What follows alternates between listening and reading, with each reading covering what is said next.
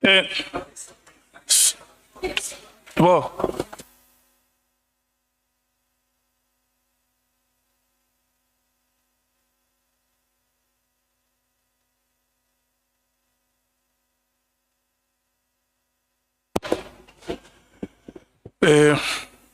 let's do like this, honorable members, before we officially open the proceedings.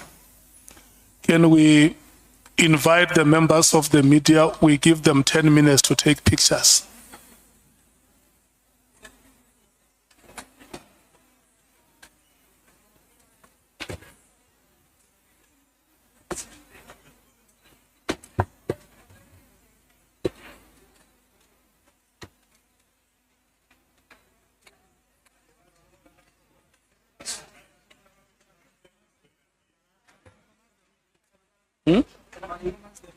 Yeah.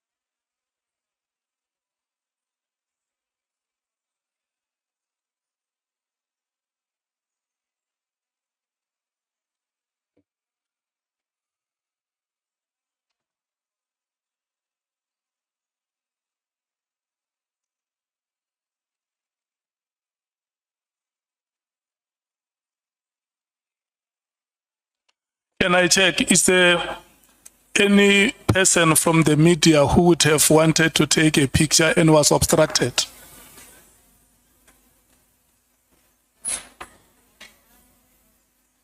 Okay. The pictures that you have taken against the instruction of the chair, may you please delete them? Because we don't want you to live here with the reputation that you are thieves. If a member of the public steals something, the media is the first to report that Soviet has stolen. So the chair has given you instruction here that you must sit down, and then the witness will arrive. We will invite you to come and take pictures. You came here and stole pictures, members of the media. And for sure, you have learned today how we do things in this committee. Thank you so much. Honorable members, good morning, Honorable Ntuli. Good morning, Honorable Sangoni. Good morning, Honorable Ngola. Good morning, Honorable Skosana. Good morning, Honorable Nomvalo. Good morning, Honorable Cameron. Honorable Brayden Bach must be sitting next to you. She was here showing me that it is 11 o'clock, we must start. I greet Honorable Malema, good morning. Mukhalaka. Good morning, Honorable Matthais. Good morning, Honorable Mwango. Morning, Chair. Good morning, Honorable Sols. Good morning, Honorable James. Good morning, Honorable Sokanyile. Good morning, Honorable Shongwe. Good morning, Chair Mukhalaka. Wanake Mukwaduba. Oh, Mukhaduba. Yes. Good morning, SC.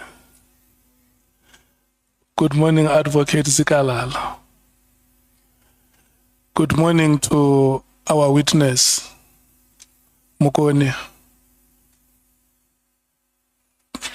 If you can please press the microphone. Lekai Matlala Khodum. Musat. The staff of Parliament, good morning to you. And good morning to members of the media. Honorable members, we are going to start with today's proceedings.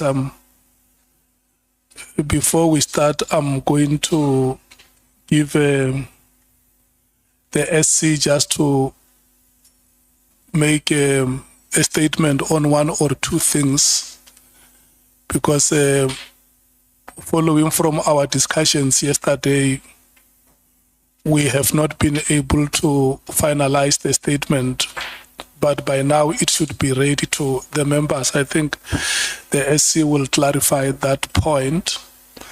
Before I give him, can I check if we have apologies? We haven't received any apologies. I wanted to check on the part of the members if there are any apologies you want to record with the presidium here.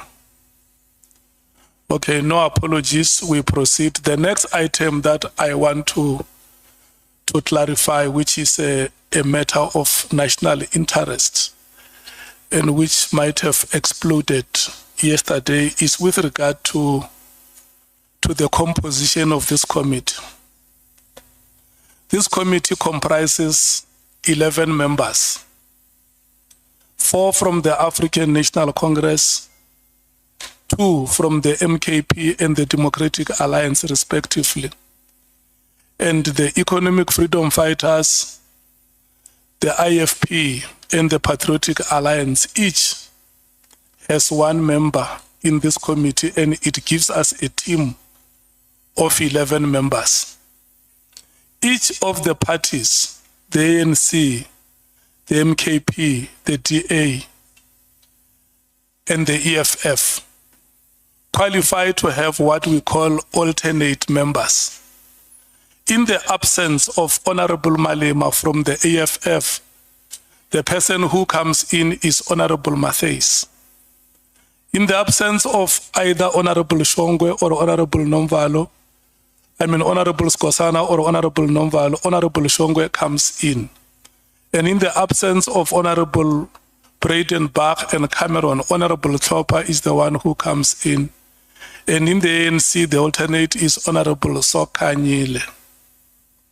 From the IFP and the Patriotic Alliance, in the event either Honorable Mwango or Honorable Sols is unable to come, the member who will come in will be coming from the Freedom Front Plus, that is Honorable Vessels. Is the first alternate member of this committee from the minority parties. And Parliament, because it has rules, it has policies. The procurement policy of Parliament does not allow Parliament to pay logistics for alternate members of committees unless there has been an indication that one of the members who is a full member will not be able to travel. And then the alternate will come in as a full member. So I just felt that this matter must be clarified so that there must never be any inaccuracies in public. There must never be any citizen of this country who thinks that there are clandestine things that are being done to keep certain people away from the work of the committee. And for further reference, I will refer each one of you, including members of the public, to section 156(2) of the rules of the National Assembly. Thank you so much. I think that is adequate. I just felt that I must clarify it. And lastly, that the chairperson of this committee remains Molapi Soviet Lakhanya. Is the one who speaks on behalf of this committee and speaks the decisions of the committee, not my own decisions. Even what we present here, we present what the committee has agreed. And there is no other chairperson, and the alternates also do not have a chairperson. There is only one chairperson. Thank you so much. Mukwaduba Mapaka Munare, Wabu Maselangkwan. SC, may I give to you to make a statement regarding today's proceedings and the statement of the witness? Good morning. Can you hear me, Chair? Honourable members, good morning. My colleagues from Parliament, Ms. Sikalala, my colleague, the media, and everyone present.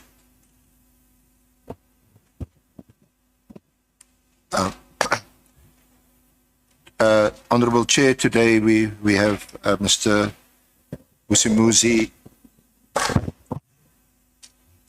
nicknamed Kat Matlala, present here today. He's been invited to appear before the committee, and he has accepted the invitation to appear. There have been some glitches. We've ironed them out. So we are thankful to him and his team of lawyers, his attorney, Mr. Bronwyn Forbay. He's with the legal firm Abram Madeira Incorporated. He represents Mr. Matlala and has been in the various consultations we've had with him. We, unlike what has become customary and which has been required by this honourable committee, we do not have a finalized signed written statement before you. What has been posted in the past short while is an electronic version of a draft statement, which we are hopeful will be signed sometime today, tomorrow, which can go on record before the committee. So it is not a precondition to appear before this committee to have a signed formal statement.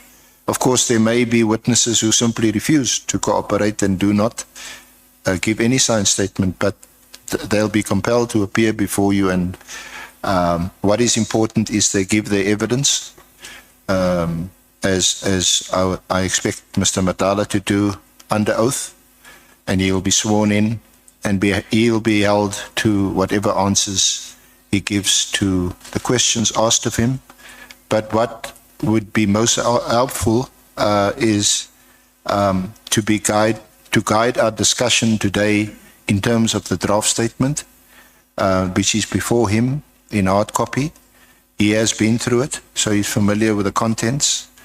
So on that basis, Chair, we are satisfied, firstly, that it is him, and secondly, that you can proceed with the formalities, and we are in a position to start. Thank you. Yeah, I want you to say this because you whispered to me that the witness has requested that we conclude at 5 because consultations are still continuing. If you can just put it on record. Sorry, thank you for reminding me, Chair. Yes, as indicated to you this morning and confirmed by the authorities, we will adjourn at 5. I certainly won't be finished today at 5. So we will adjourn at 5. He will then remain in this location and consult with his lawyer for 2 hours until 7. And then tomorrow morning, they'll return to this location and consult from 8 o'clock. And we will meet them again at 9:30, just to iron out any issues if there are any. And we'll proceed to tomorrow. Thank you. Okay. Well, I'm going to rotate amongst the members to hear what their take is on the short report that you have given here.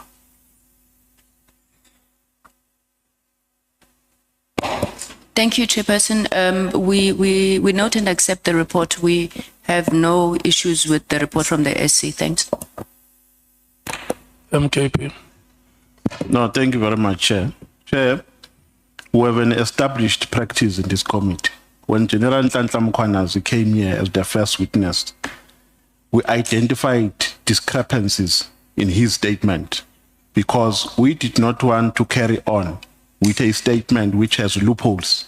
Because a statement might be a legal is a legal document and might be a document to be used in litigation in future. We are not comfortable with cross-questioning a witness under a statement which has not been signed.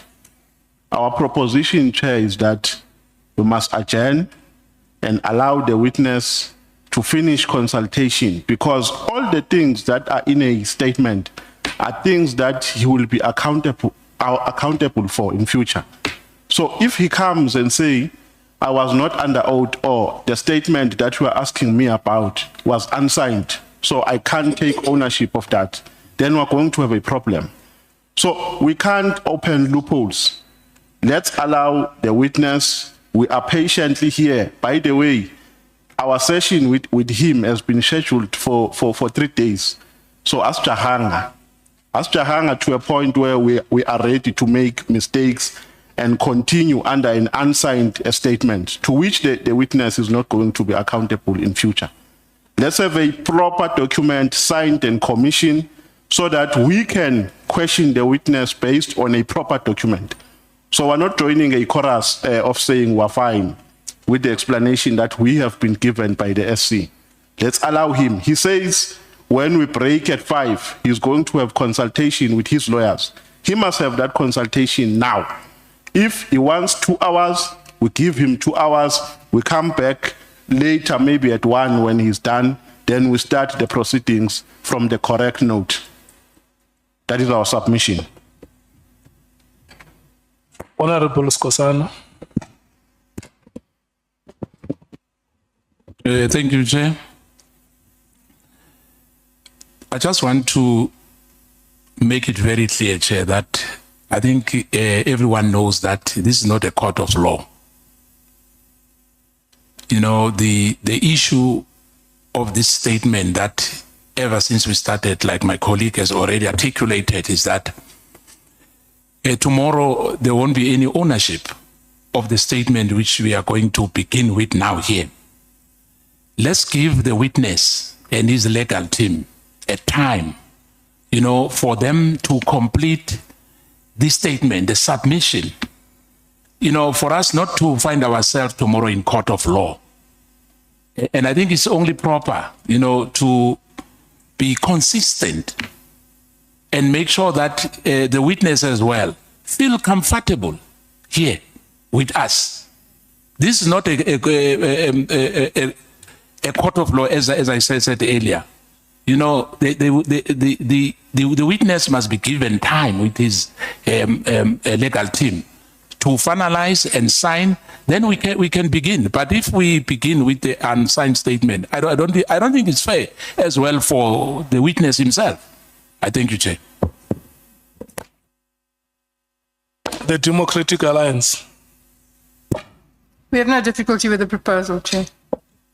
I can't hear you, Honorable Breitenbach. We have no difficulty with the proposal, Chair. Thank you.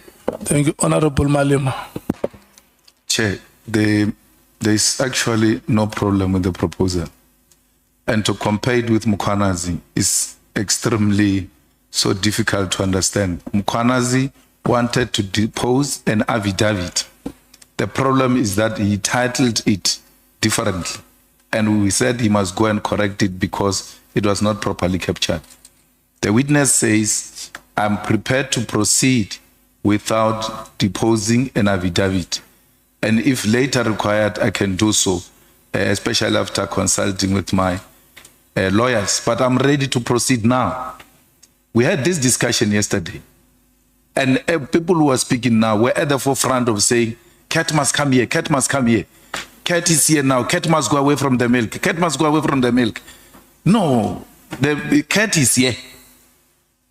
Let's attend to the issues we said we wanted to attend to yesterday. Because if this proposal was actually hashed yesterday, we would have even said, let's start at 2 to allow him enough time to, because we were told this thing yesterday. It's not for the first time. And we agreed in a meeting yesterday that we're proceeding. So let's proceed as proposed by the SC. And the SC makes another valid point, which we must take into consideration, that it is actually not a necessary requirement for a person to appear before us, only if they've deposed an affidavit. It's not a requirement. Lastly, Chair, these proceedings of Parliament are recorded on Hansard. He takes an oath, he speaks with his own mouth, and he comes back and says, I never said that. We take out a Hansard. And that's the end of it. The Hansard is an official recording program of Parliament, and you can't turn against your own voice on the Hansard. So that's why we've got an Hansard.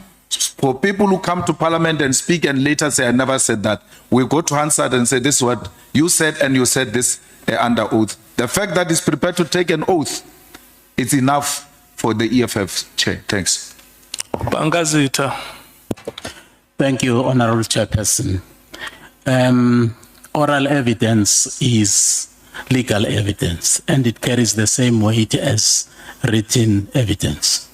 And for that reason, we are comfortable to proceed if the witness is going to be actually leading his own evidence under oath. Thank you. Honorable Sauls. Muniba is an Chair. Let's proceed. Honorable James. Let's proceed. The country wants answers. Thank you, Chair. Honorable Nomvalo and Honorable Skosana, are you persuaded? Chair, I think, you know, I remember very well what we have discussed here yesterday. We can go ahead with this, but let's not use the unsigned statement. This digital one which we are saying, let's put it aside. Let the SC ask him question, no problem. But let's not say we are going to use the unsigned one, because it doesn't make sense. How do you question the witness without a signed statement if you are going to use this statement? If it's oral without anything which was given to us now, no problem, Chair. We can go ahead. You agree. Thank you. Thank you so much for that understanding, Honorable Nomvalo. Yeah, no, thanks, Chair. Remember, the majority view must prevail at the end of the day. But our strong view remains. I mean, our view, our initial position remains, Chair, that it's wrong to cross-question a witness under an unsigned statement. That is our firm view, because he is saying he is still going to have a consultation with his lawyers later today.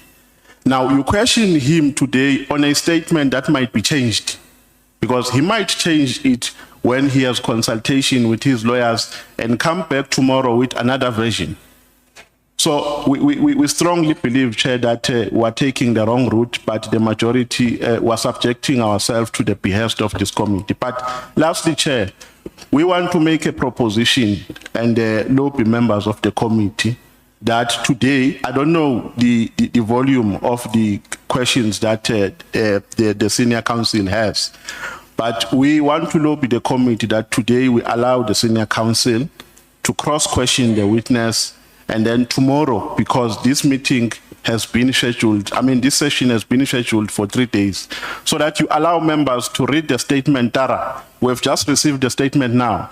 And our principle is that before we cross-question the witness, we must have read the statement, because we're not here to tick boxes, so that we can take matters further.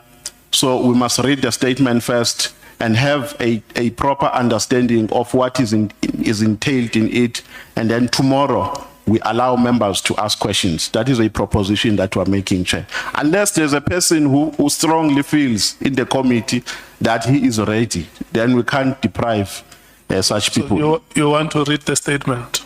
Pardon? You want to have enough time to read the statement? Yes. Okay, thank you. Thank you so much. I think, look, Honorable, it's the practice in this committee that when there is a matter like this one, the chair must gather wisdom from yourselves. And I think you did exactly that. We are going to proceed with today's business. It's your decision as the committee. And anytime you feel like we have done our work, we can stop. I will hear from yourselves. The witness has requested that we work until 5 o'clock today, and I hope you understand that. Have we done all the rituals before I can administer oath? If you can just confirm to us that this is the witness that we have expected, or you want the authorities here to confirm? Honourable Chair, Honourable Committee members, this is indeed Mr. Matlala that we have engaged and consulted. And he's prepared to proceed. Thank you so much, Mkoni.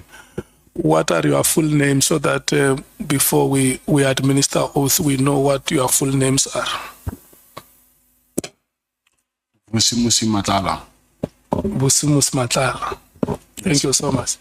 Before we administer oath, I just want to read the following to you, that you have been invited before this ad hoc committee, which is investigating allegations that were made by KZN Police Commissioner Nhlanhla Mkhwanazi on that day of the 6th of July, 2025. The committee wants you to help it in its oversight responsibility when it investigates those allegations, which include, amongst others, the alleged unlawful disbandment of the Political Killings Task Team, otherwise known as the PKTT or NPKTT, alleged moratorium on the filling of vacancies within the SAPS, the South African Police Services, and alleged corrupt relationship between senior leadership within SAPS and members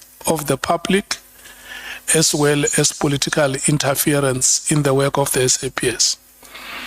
In extending this invitation to you, the chairperson of the Ad Hoc Committee has indicated that you may provide such information to the committee if you so wish under oath in terms of the powers, privileges and immunities of Parliament and Provincial Legislatures Act 2004. Mr. Vusimuzi Matlala, please be informed that by law, You are required to answer fully and satisfactorily all the questions lawfully put to you, or to produce any document that you are required to produce in connection with the subject matter of the inquiry, notwithstanding the fact that the answer or the document could incriminate you or expose you to criminal or civil proceedings or damages. However, Mr. Matlala, you are protected in that evidence given under oath or affirmation before a House or a committee of Parliament may not be used against you in any court or place outside Parliament except in criminal proceedings concerning a charge of perjury or a charge relating to the evidence or documents required in these proceedings. Furthermore, please be aware that in terms of Section 17(2) of the Powers, Privileges and Immunities of Parliament and Provincial Legislatures Act, a person who willfully furnishes a House or a Committee of Parliament with information or makes a statement before it which is false or misleading commits an offense and is liable to a fine or to imprisonment for a period not exceeding 2 years. So you are now required to make a choice whether you take an oath or you take affirmation. Which one do you elect? I take an oath. You have elected to take an oath. You will say the following after me. May you please say I and mention your full names. I, Vusimuzi Matlala, swear that the evidence I shall give swear that the evidence I shall give shall be the truth, the whole truth, and nothing but the truth. And so help me God. And so help me God. Thank you so much.